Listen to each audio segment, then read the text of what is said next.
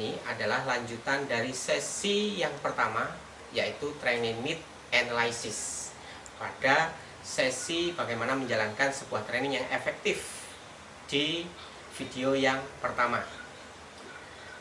Oke, training design adalah sebuah tahapan di dalam mendesain atau merancang sebuah training yang efektif, di mana tahapannya dimulai dari kita harus tahu dulu objektif dari training ini apa, tujuan trainingnya untuk apa, skop organisasi atau skop individu, untuk makro atau mikro.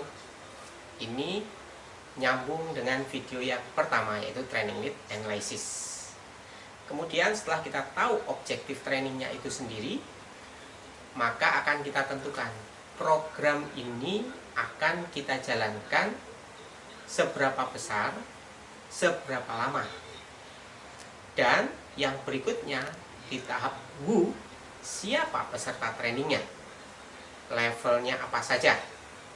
Contoh, kalau training itu adalah training leadership, biasanya kita akan bagi, ada basic leadership, ada intermediate leadership, dan ada advanced leadership. Basic leadership mungkin untuk level-level di bawah, yaitu level-level di mana mulai level foreman atau orang-orang yang harus memimpin tim-tim kecil di level bawah.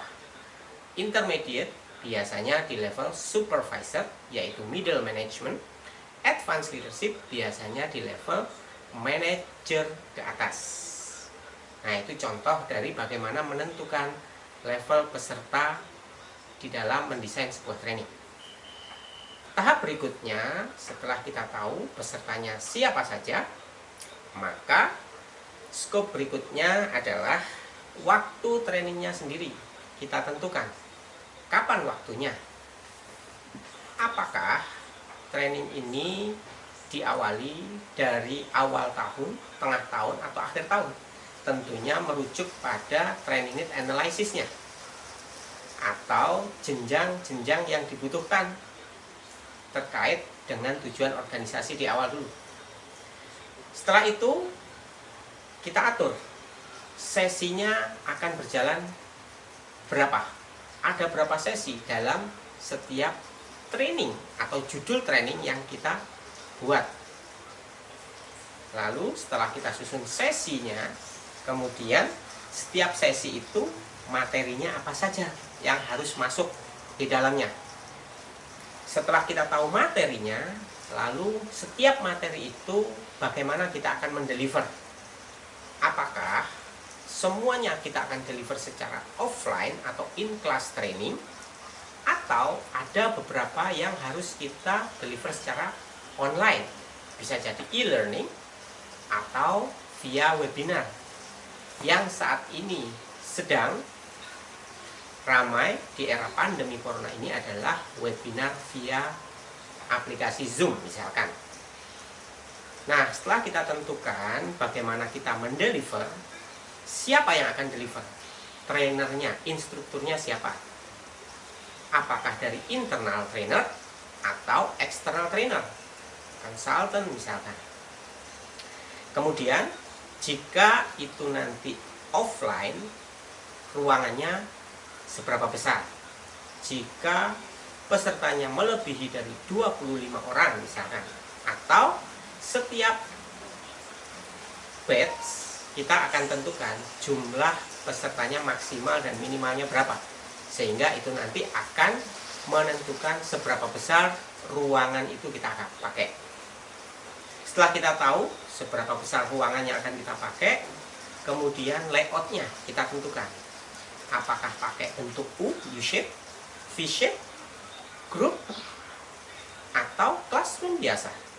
Semua tentunya kita tentukan berdasarkan efektivitas dari training yang akan kita jalankan. Setelah kita tentukan ruangan, medianya apa yang akan kita pakai selama training ini berlangsung. Bahkan setiap materi kita harus perjelas media apa yang kita pakai, fasilitasnya apa. Apakah nanti hanya pakai flip chart saja plus LCD proyektor, atau perlu media-media yang lain. Misalkan kita butuh, oh nanti kita akan menyetel sebuah video, maka fasilitasnya harus kita siapkan juga. Berarti audio speakernya juga harus oke, harus bagus. Lalu setelah semua kita ramu, kita buat, kita petakan di dalam sebuah format desain training. Yang berikutnya di akhir kita tentukan evaluasi trainingnya akan seberapa dalam. Karena kalau kita bicara evaluasi training, tentunya ini nanti kita bahas di sesi yang berikutnya lebih detail. Ada 4, yaitu apakah hanya satisfaction indexnya, atau sampai pada pembelajarannya seberapa efektif, atau sampai pada perubahan perilaku, atau bahkan training program yang akan kita susun nanti sampai kita ukur return on investment-nya. Tentu ini nanti akan kita bahas di sesi yang lebih dalam lagi. Nah, kurang lebih seperti itu.